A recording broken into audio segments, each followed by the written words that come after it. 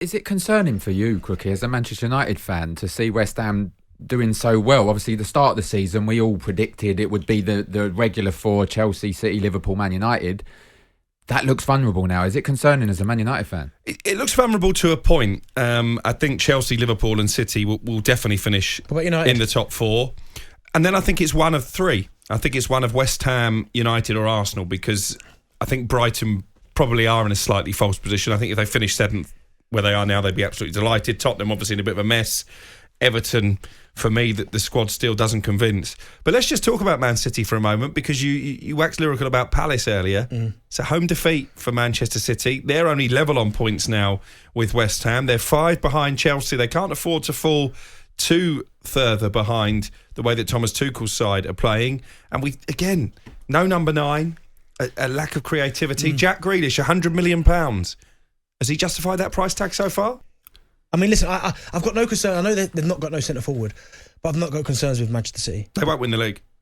Oh, okay. Do you think Pep's a little bit touchy when it comes to the number 9 situation? He was asked the other day in an interview and he said, well, when we lose, you're going to speak about not having a number 9. When we win, you don't. So do you think it's a little bit touchy? I think he's touchy whenever they get beat. And you can look at that in two ways. You could say that he's not a very gracious loser, or you can say he's someone who just demands the higher standards. But the Grealish situation is interesting, because obviously £100 million hasn't helped Aston Villa out too much based on what we've seen today, losing 4-1 at home to West Ham. I'm just not sure he was a player that Manchester City needed. They needed to spend £100 million on a centre forward. Yeah. And I wonder if that was a signing more about marketing, because let's face it, Jack Grealish is the poster boy, isn't he? He's become the poster boy for the English football team, than actually improving the squad. I just felt that they probably felt that Harry Kane was done, I think. So they went for Jack Grealish thinking that Harry Kane was done, and then Daniel Levy had other ideas. But I'm with you, Daz.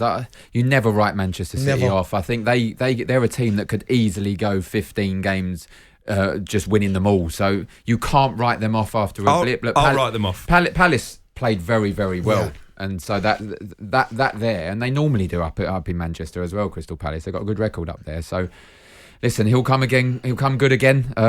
But we say it's a big game for Manchester United. It's also a big game for City. United coming off, they're full of confidence after beating Spurs. Yeah. Manchester City need to bounce back. That's going to be a really good game.